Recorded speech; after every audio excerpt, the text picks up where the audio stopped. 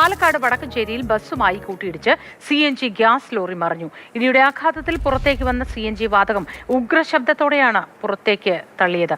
അപകടത്തിൽ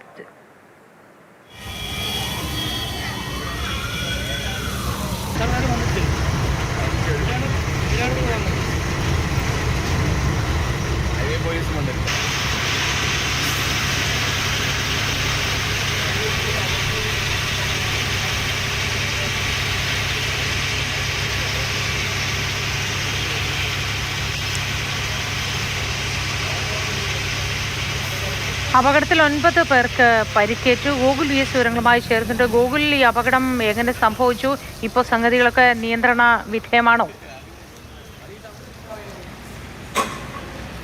ഇപ്പോൾ മറ്റ് പ്രശ്നങ്ങളൊന്നുമില്ല. ഇന്ന് പുലർച്ചെ 1 മണിയോടുകൂടിയാണ് ഈ അപകടം ഉണ്ടായത്. 9 പേർക്ക് പരിക്കേറ്റിട്ടുണ്ട്.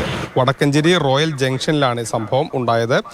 ബസ് ഡ്രൈവർക്കും സഹായിക്കും ശരീരത്തിൽ പൊള്ളലേറ്റ ഒരു സംഭവം കൂടി ഉണ്ടായിരുന്നു.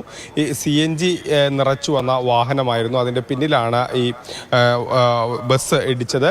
അതിനെ തുടർന്ന് ആണ് വളരെ ശക്തിയിൽ ഈ CNG ഗ്യാസ് പുറത്തേക്ക് പോകുന്ന ഒരു സാഹചര്യം ഉണ്ടായിരുന്നു.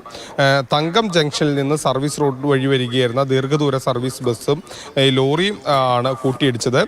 KSRTC ഡിപ്പോ ഭാഗത്തേക്ക് അടിപ്പാതയിലൂടെ പോവുകയായിരുന്നു ഈ ലോറി. അങ്ങനെയാണ് ഈ അപകടം ഉണ്ടായത്.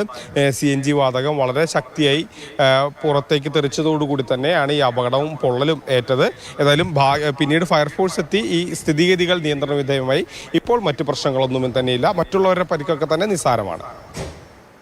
ശരി, വിവരങ്ങൾ നൽകിയത് ഗോകുൽ VS ആണ്. നിസ്സാരമായ പരിക്കുകളേ ഉള്ളൂ എന്നത് ആശ്വാസകരം. വലിയ പ്രശ്നങ്ങളൊന്നും ഉണ്ടായില്ല എന്നതും ആശ്വാസകരമാണ്.